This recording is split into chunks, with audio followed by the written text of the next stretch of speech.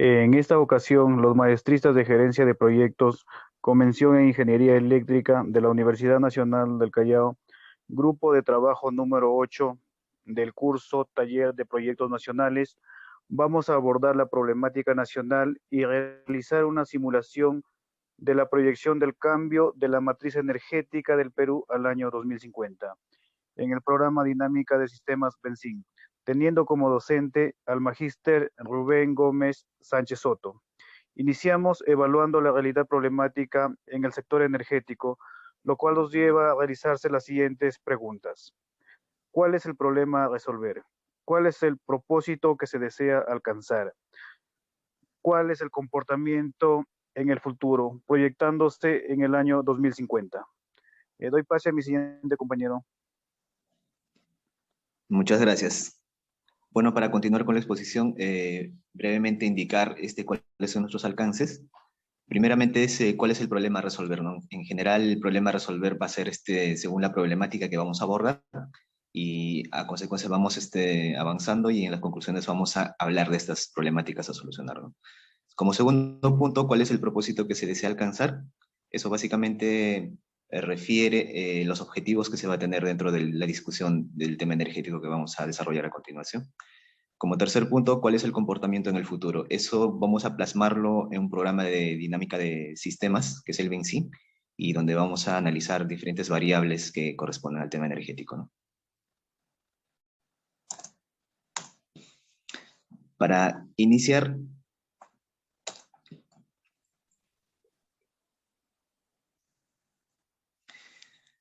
con respecto al primer punto, que es cuál es el problema a resolver. En esta parte vamos a analizar cuáles son las problemáticas que están habiendo en el Perú en el tema energético. Y como primer punto quería abordar el tema de lo que es la máxima demanda.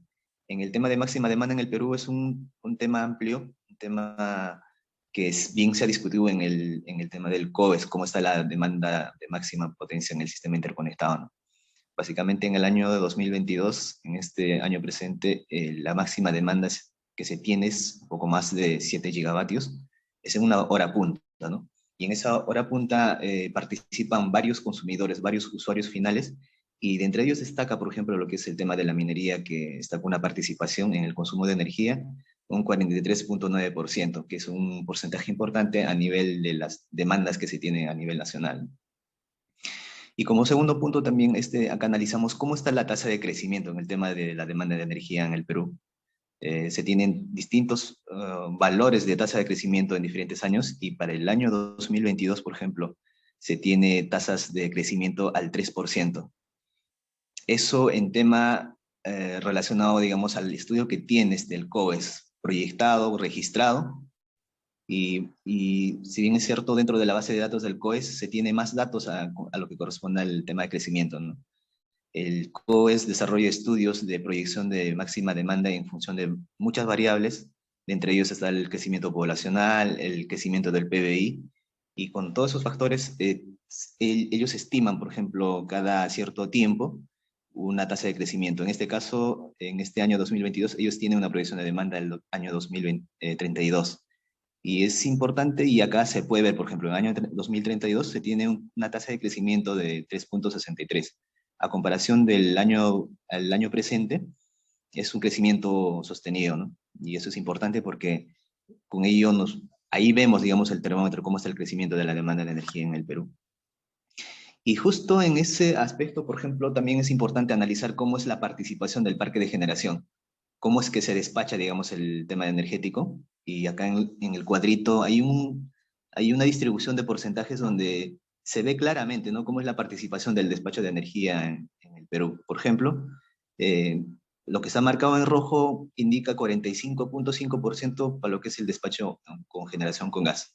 Entonces es importante enfocar, resaltar, digamos, este tema ahí de la generación de gas, porque ahí se ve, ¿no?, cómo participa y cómo es que gran porcentaje de la generación en el Perú es con gas. Prácticamente estamos quemando el gas, digamos, para generar energía eléctrica.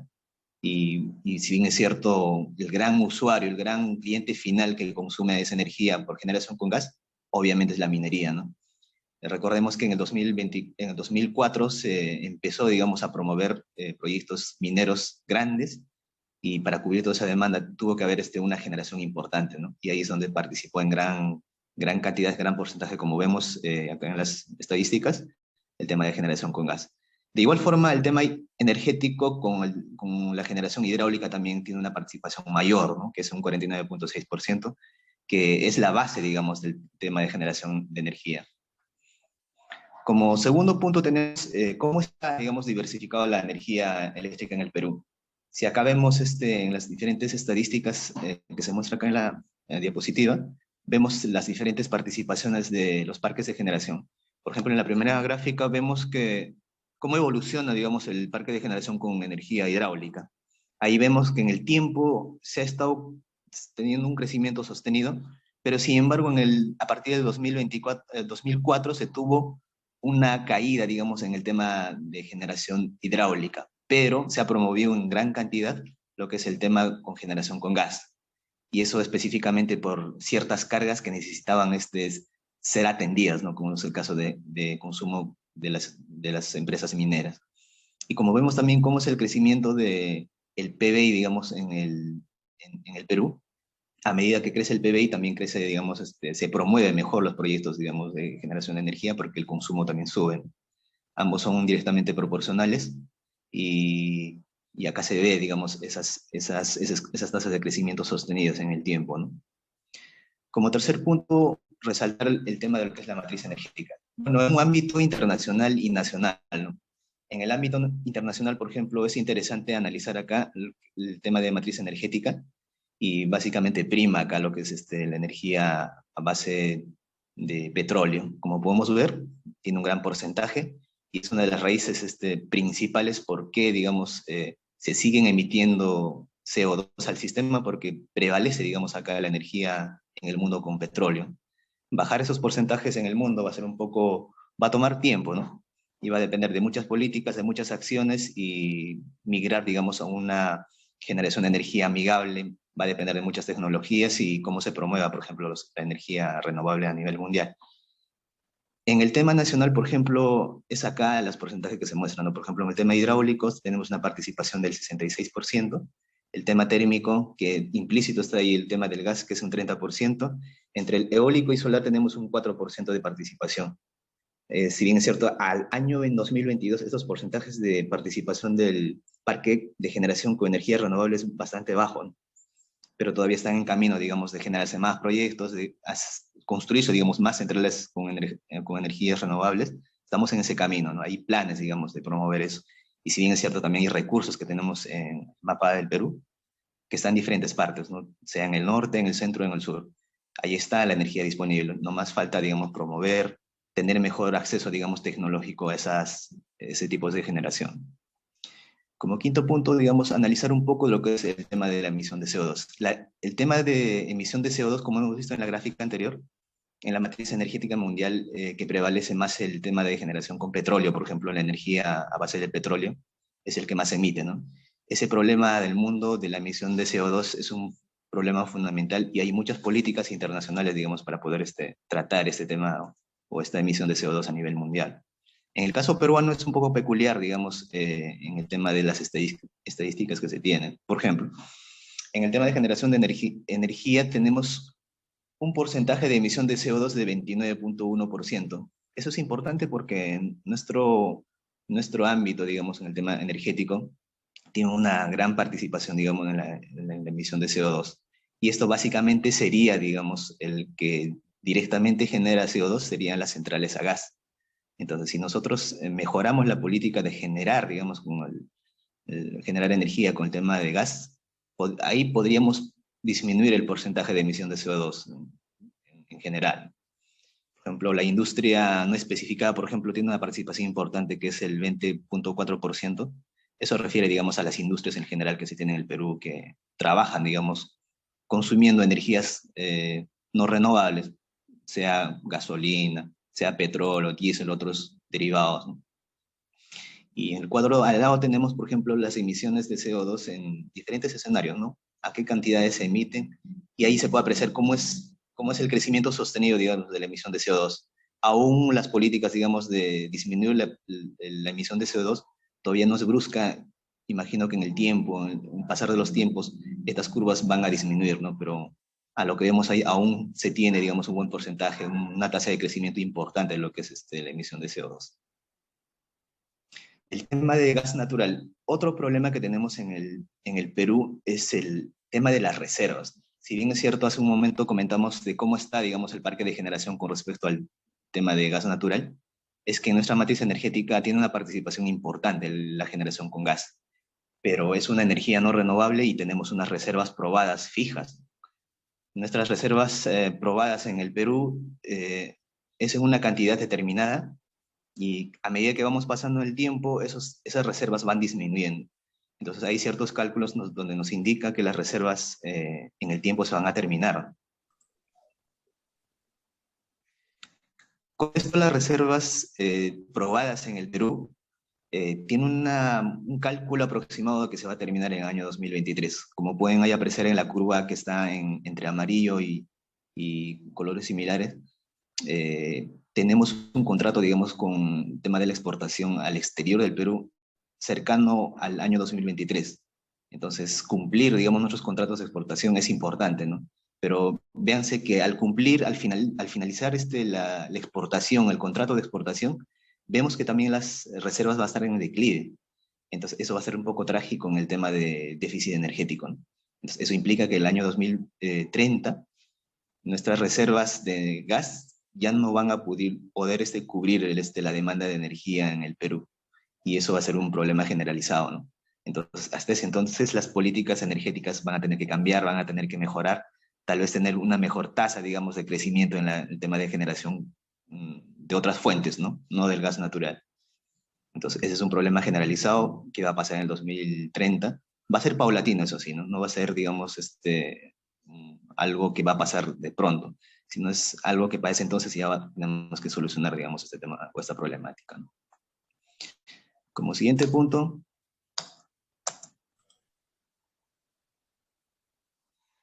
el nodo energético del sur. Es uno de los problemas importantes en el Perú. Lo que pasa que en el sur del Perú se tenía proyectado diferentes cargas grandes que proveer de energía. En este caso serían, digamos, diferentes mineras, diferentes industrias que se tenían pensado en el sur del Perú. El problema es que hasta ese entonces se tenía proyectado alimentar todas esas cargas grandes con el tema de gas proveniente de Camisea, ¿no? Entonces, para ello se han trazado ductos o gaseoductos para llevar gas y tener una central térmica allá en el sur, en el puerto de Hilo. Pero eso no pasó, ¿no? Por diferentes temas, por la problemática de la corrupción que hubo, del tema gasífero en el ducto de gas que estaba proyectado para ese entonces. Y por lo que el tema, digamos, de reforzar el nodo energético del sur fracasó, ¿no? Ahí quedó en el camino como proyecto. Entonces, a eso tuvieron que ir a planes de contingencia para resarcir, digamos, esa demanda que había en el sur. Porque si bien es cierto, los proyectos mineros u otras industrias en el sur ya están operando, ¿no? Por ejemplo, la mina Las Bambas, Quellaveco, otras cargas grandes, ya están allá funcionando, ¿no? Entonces, ¿quién está supliendo esa energía? Va a ser un poco increíble lo que les voy a decir, ¿no? Lo que pasa es que se han implementado líneas de transmisión de gran capacidad que están supliendo, digamos, esa máxima demanda, pero son tan grandes esas demandas que esas líneas de transmisión están colapsando, ¿no? Como ven en la gráfica de la izquierda, hay curvas de colapso que están habiendo. Cuando se llega, digamos, en el tema de transmisión al punto de colapso de tensión es algo grave, ¿no? Ahí un pulso de energía que entre en el sur puede sacar de servicio, digamos, prácticamente todo el área sur, digamos, en el tema energético. Entonces es un problema grande, generalizado, que ya se está viviendo, ¿no? Prácticamente a estas alturas, esas líneas de transmisión que están supliendo toda esa demanda del sur están en rojo. Y ese es un problema generalizado, ¿no? Hasta que no se tenga, digamos, solucionar el problema energético del nodo energético del sur. Eso como para concluir, digamos, con los problemas. Como siguiente punto tenemos cuál es el propósito que se desea alcanzar en esta discusión. Bueno, como propósito nos hemos trazado una línea del tiempo de cómo más o menos queremos atacar el problema energético. Si bien es cierto, en la actualidad tenemos una matriz energética establecida y se tiene como plan al año 2050 tener otra matriz energética, ¿no? Más diversificada, diferente, con diferentes porcentajes a la que se tiene actualmente. Por ejemplo, sería interesante, digamos, tener en el tema hidráulico una participación de 37, por ejemplo. En el tema renovable, mucho más, un 58%. Estos porcentajes pueden variar, va a depender, digamos, de los proyectos que se pueda hacer en el camino, cómo se puedan, digamos, realizar más proyectos, digamos, en estos rangos de tiempo, ¿no? Pero básicamente eso es el plan, digamos, mejorar la matriz energética a ese tiempo y obviamente ya no depender, digamos, en el tema energético de la generación con gas. Eso en consecuencia va a traer, digamos, una disminución de CO2 importante, ¿no? Junto con ello también va a ser importante la prospección, por ejemplo, en el tema del gas, tener, digamos, descubrir más reservas. Eso va a ser algo vital porque eso ayudaría, digamos, o valdría la pena, digamos, desarrollar un proyecto importante, digamos, de la masificación del gas. Si bien es cierto, el gas va a terminar en el año 2030, ahí vamos a tener caída de las reservas de gas. Masificar el gas va a valer la pena siempre y cuando, digamos, reemplacemos las generaciones con gas con otras energías alternativas como las renovables, ¿no? Y otro punto que ayudaría, digamos, a sostener esa masificación del gas sería descubrir más pozos gasíferos o yacimientos gasíferos y con eso, digamos, mantener nuestras reservas a nivel nacional, ¿no? Pero aparte de eso, vamos a hacer una prospección interesante en lo que es el tema de energías renovables y, y como siguiente punto pasarle al compañero para que pueda exponer en este punto de la energía hidráulica. Muchas gracias.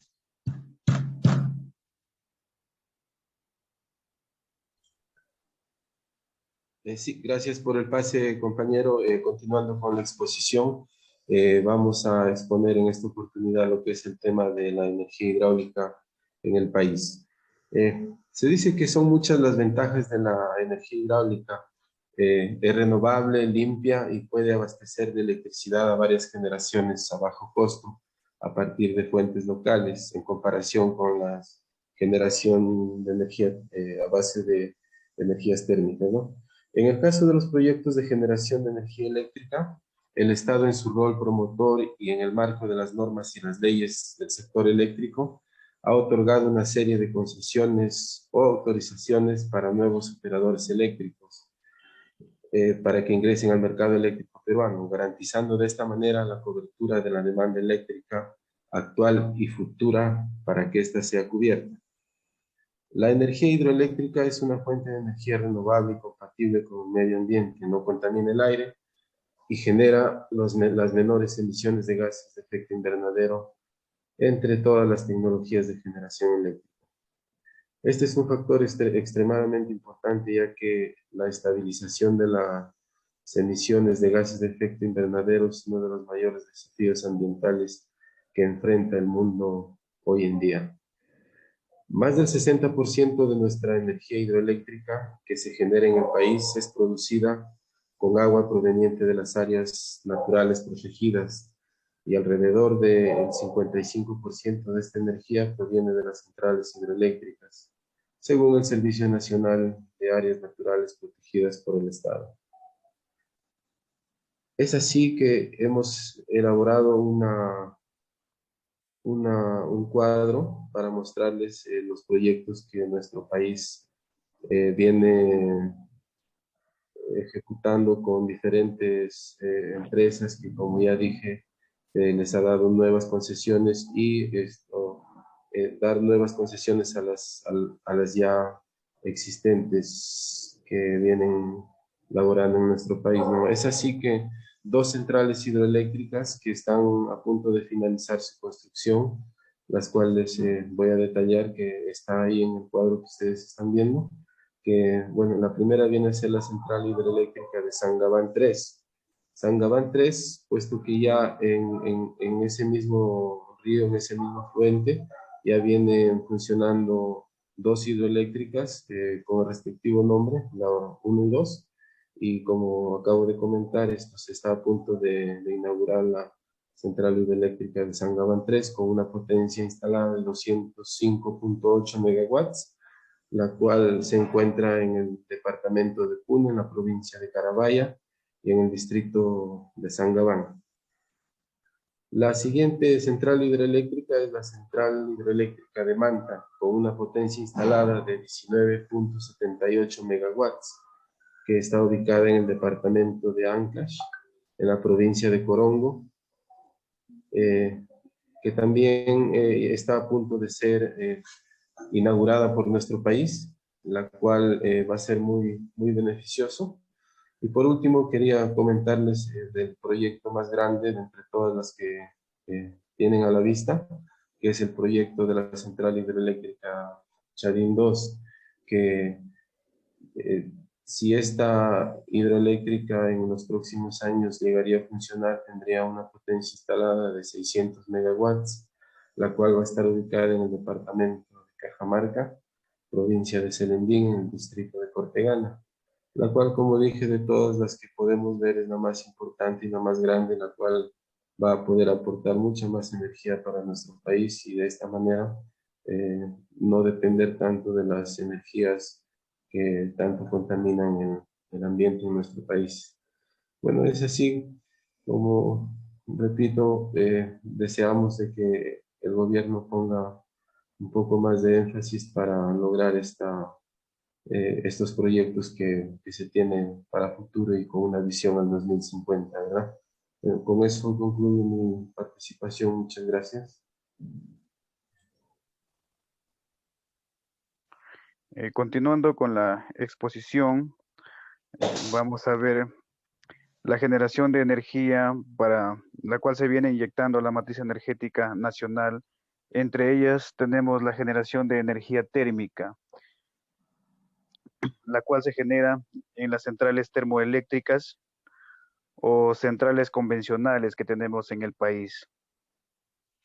Estas centrales termoeléctricas generan la energía eléctrica a partir de la energía liberada por combustibles fósiles, ¿no? En los cuales se viene utilizando el petróleo, el gas natural, también se viene utilizando el carbón, entre otros, ¿no?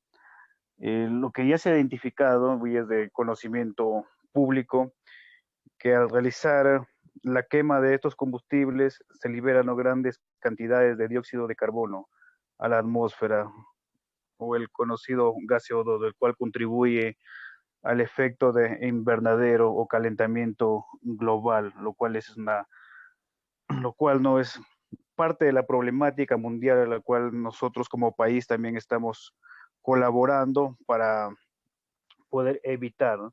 Según ENGIE, en el Perú la producción de energía termoeléctrica en el 2022 ascendió a 981 gigawatts hora, ¿no?, representando un aumento del 9% en comparación al primer trimestre del año 2021. Esta generación de energía eléctrica se viene generando en las centrales termoeléctricas de Chilca 1 o Chilca 2, ¿no?, consumiendo gas, carbón, diésel, entre otros combustibles fósiles, lo cual, bueno, está contribuyendo al calentamiento global, y nosotros estamos viendo la manera de poder reducirlo paulatinamente con una proyección al año 2050, ¿no? Entre las propuestas se tiene la generación de energía termoeléctrica utilizando como combustible el hidrógeno verde. Esa es una de las alternativas con las cuales se está planeando, ¿no?, paliar el impacto que están generando la quema de estos combustibles fósiles. También como alternativa en el país tenemos, ¿no?, la generación de energía con los parques eólicos, tenemos la generación de energía hidráulica, también tenemos bastante potencial en el tema solar. Se puede utilizar la energía mareomotriz, la energía geotérmica, entre otros recursos renovables con los cuales contamos, ¿no?, ampliamente en el país.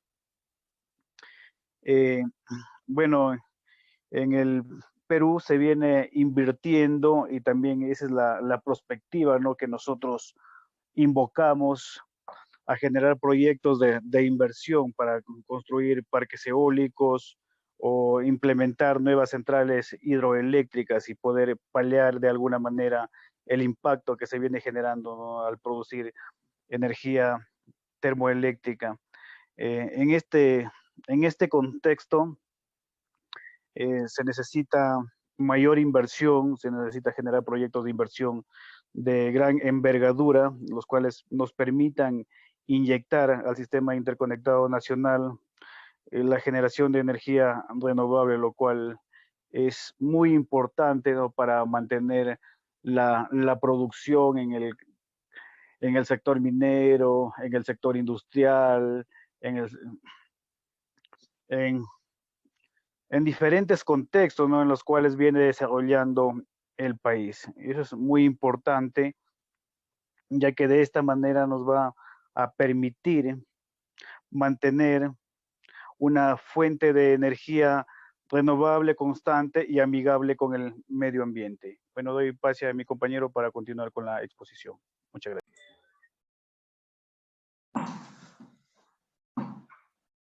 Para finalizar, tenemos la última pregunta, que sería ¿cuál es el comportamiento en el futuro? Bueno, para abordar este último punto, nosotros nos hemos basado en un programa de simulación de dinámicas de sistemas, que básicamente trata de simular las variables que se tienen en el sistema, en este caso el tema de energía, ¿no?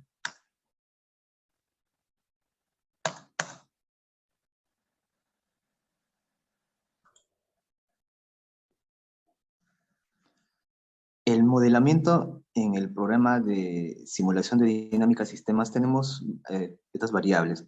Es un sistema de ecuaciones diferenciales que simulan las variables que se van a modelar acá. Tiene una entrada y una salida que simula un estanque, ¿no? Cuando el estanque se llena es porque un grifo que está llenando el estanque y hay otro que está descargando. Eso básicamente es el modelamiento básico del sistema y estas son las variables que se relacionan a través de esta ecuación. Para poder modelar cualquier sistema, sea, digamos, en este caso el tema de energía, hemos construido nosotros un diagrama causal, que en ello se correlacionan diferentes variables, ¿no? En este caso el tema de máxima demanda, la potencia disponible, y también con esto ver la emisión de CO2, ¿no? Es el diagrama causal. Con este diagrama causal se va a una siguiente etapa que es construir prácticamente el modelamiento en el programa Benzin, que sería el diagrama Forrester. Y ahí ya se correlacionan las variables, se unen, digamos, los lazos de las variables entre diferentes bloques del modelamiento, ¿no? Y con esto voy a dar pase a poder verificar el modelamiento que hemos desarrollado en el programa Benzin.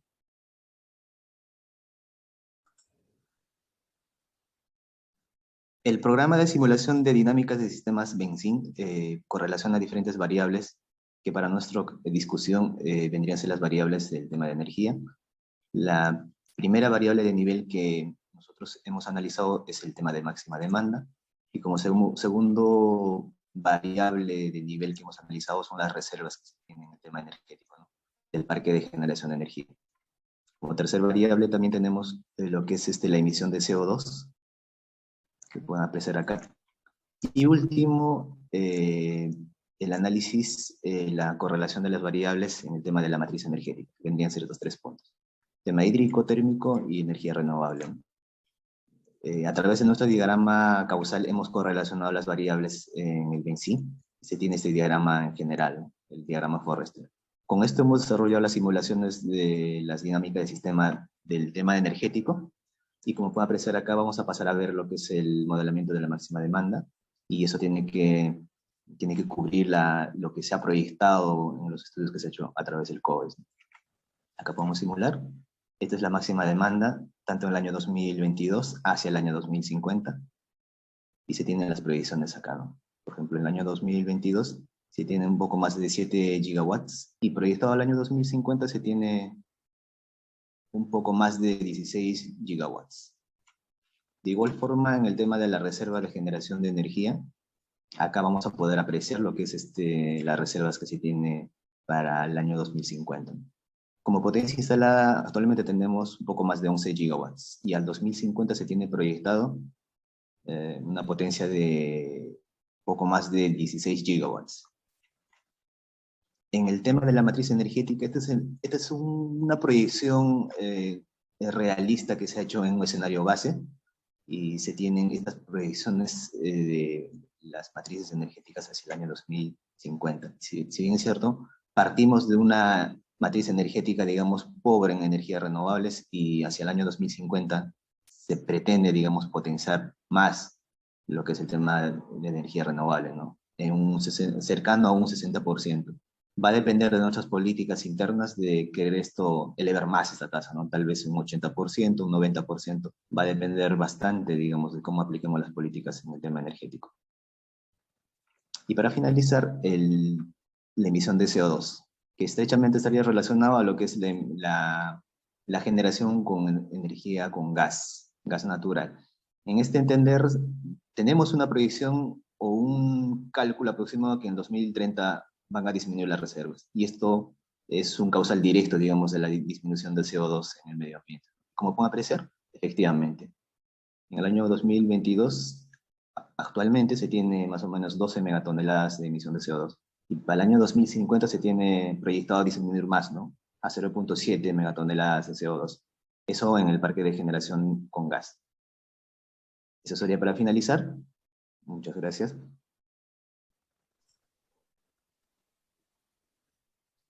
Con el modelamiento antes mostrado en el programa Benzín, acá se tienen las reproducciones que se han desarrollado, ¿no? Tanto la de máxima demanda en la parte izquierda, que es lo que se ha registrado o se ha obtenido de la base de datos del COES, y en el lado derecho lo que se ha simulado en el Benzín.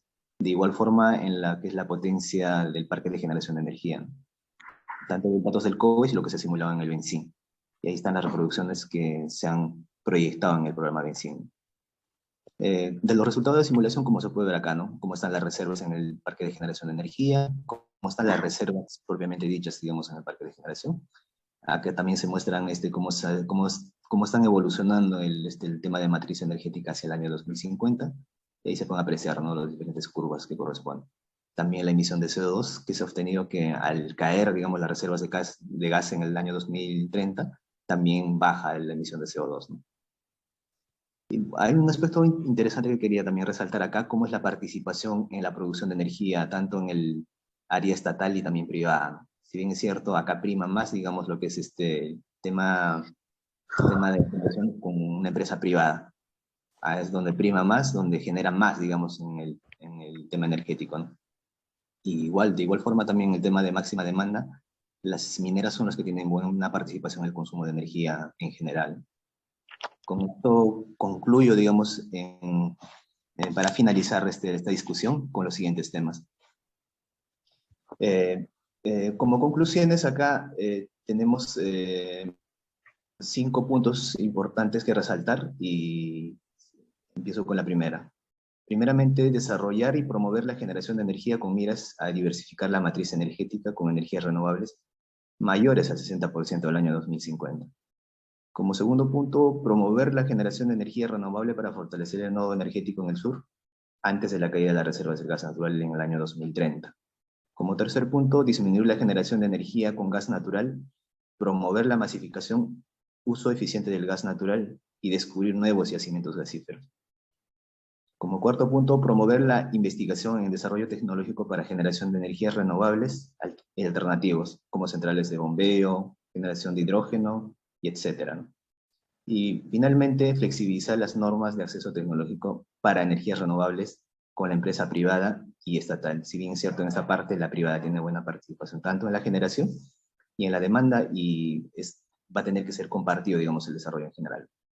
Esto sería como conclusiones por parte del curso de taller de proyectos nacionales, donde se ha discutido este tema, que en su momento se ha discutido, y eso sería por nuestra parte. Muchas gracias por la atención.